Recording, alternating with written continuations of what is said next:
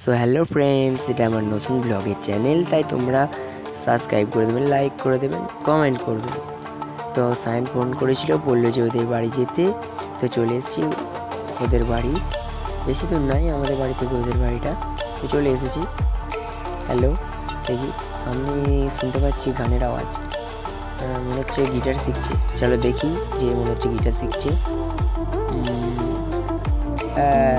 দেখি রাহুল এসেছে আর আরামবাগ থেকে সুদীপ্ত এসেছে। এরা সবাই ভালো গান করে, শুধু আমি ছাড়া। আমি অনেক দিন আগে গান করতাম, তো এখন গান টান পারি না। সায়ন বলছিল গিটারটাও ধরতে পারবি না, তো দেখছি পারছি মোটামুটি।